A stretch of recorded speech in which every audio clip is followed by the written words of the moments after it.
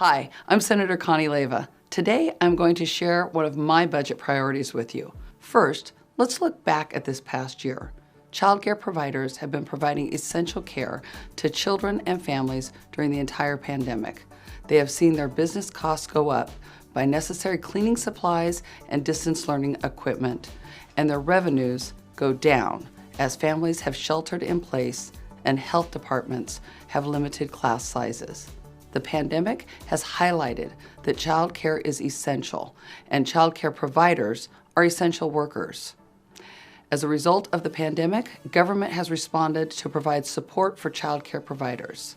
This led to what President Biden called the largest investment in child care since World War II.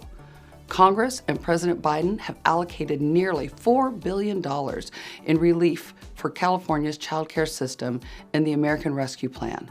So, how will California spend this money? One major proposal in this legislative year is reimbursement rate reform. Let's zoom in to understand what this proposal means. In California, child care providers are reimbursed through a complex and outdated system that does not pay providers a living wage.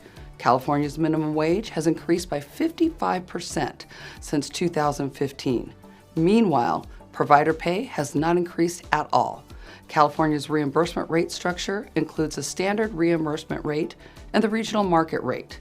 The SRR is a flat reimbursement rate for providers meeting the Title V quality standards in the state's education code.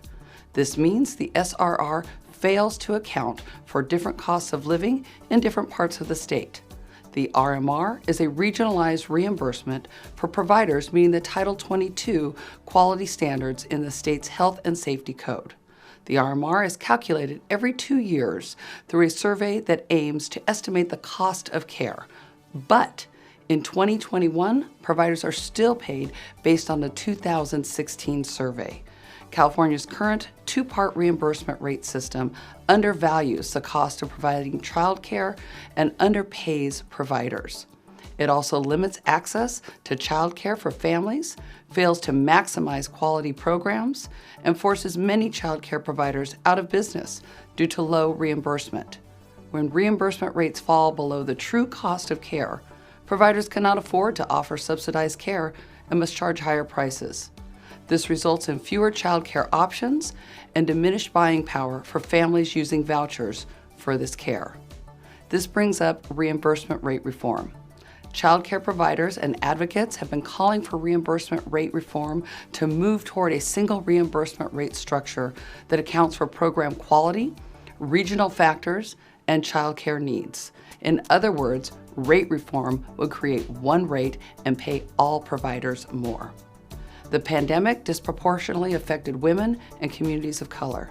In California, 94% of child care providers are women and 68% are women of color. Child care providers earn less than minimum wage, and over half of providers qualify for public assistance. A just recovery requires investing in these communities and our child care infrastructure. Reforming rates will pay child care providers a fair wage, and increasing compensation will allow the state to expand services and meet its vision and President Biden's promise of universal pre-K.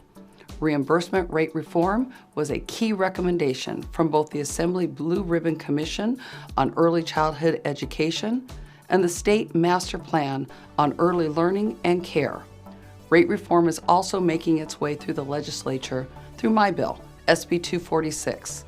I would like to thank my co-author, Senator Rosalicia Ochoa-Bogue, as well as the Legislative Women's Caucus, and Assembly Member Kevin McCarty for prioritizing reimbursement rate reform in budget and policy discussions this year. I would also like to thank the bill co-sponsors, Child Care Alliance of Los Angeles, Child Care Resource Center, Every Child California, and First 5 California. I look forward to our continued work together and with the governor to support providers and expand services in the coming years. Please be sure to check out our website and social media for ways to advocate and stay informed. For more information, visit ccrcca.org.